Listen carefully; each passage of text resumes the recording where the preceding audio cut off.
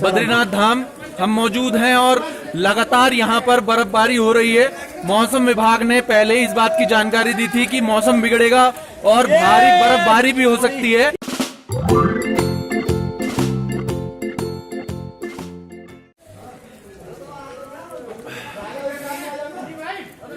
छह मई का दिन है और हम बद्रीनाथ धाम में मौजूद हैं। आप देख सकते हैं चारों तरफ भारी बर्फबारी हो रही है। पर्यटक भी यहाँ मौजूद हैं और जो यात्रीगण आए हैं वो बहुत एंजॉय भी कर रहे हैं। यहाँ पर आप देख सकते हैं किस तरीके से बर्फ पड़ रही है लगातार। मेरे कपड़ों पे आपको नजर आ रही होगी। 6 मई का दिन है, बद्रीनाथ धाम हम मौजूद हैं और लगातार यहाँ पर बर्फबारी हो रही है। मौसम विभाग ने पहले ही इस बात की जानकारी दी थी कि मौसम बिगड़ेगा और भारी बर्फबारी भी हो सकती है। और आप देख सकते हैं लगातार बर्फ पड़ रही है और बहुत जबरदस्त तरीके से बर्फ पड़ रही है। हमारे साथ मौजूद हैं पर्यटक, इनसे पूछते हैं आप कहाँ से आए हैं और कितना एंजॉय कर रहे हैं। मैं गाजियाबाद से आया हूँ और इतना मजा आ रहा है, इतना मजा आ रहा है कि शायद जीवन में कभी नहीं आया। बर्फ पड़ते हुए बद्रीनाथ में पहली बार ही देखा है। आप देख सकते हैं इधर भी पीछे भी कुछ लोग यहाँ पर नजर आ रहे हैं, वो भी बर्फ का आनंद ले रहे हैं।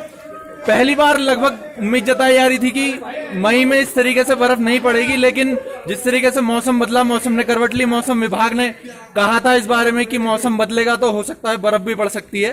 तो 6 मई का दिन है, हम यहाँ मौजूद हैं और लगातार बर्फ पड़ रही है और हम बर्फ में भी आपको पूरी तस्वीरें दिखा रहे हैं। लगातार आपको तस्वीरें दिखा रहे हैं जिस तरीके से यहाँ बर्फ पड़ रही है। और हाँ, अब मोबाइल और मैं भी जम चुका हूँ तो हम दोबारा आपके पास तस्वीरें लेकर आएंगे बर्फ की लगातार।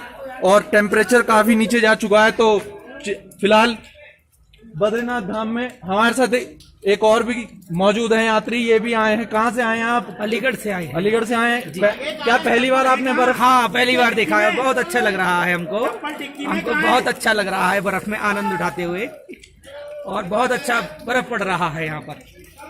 तो यात्री भी यहाँ पर हैं और बहुत मजा कर रहे हैं, बर्फ को एंजॉय कर रहे हैं। लगातार बर्फ पड़ रही है, आप देख सकते हैं।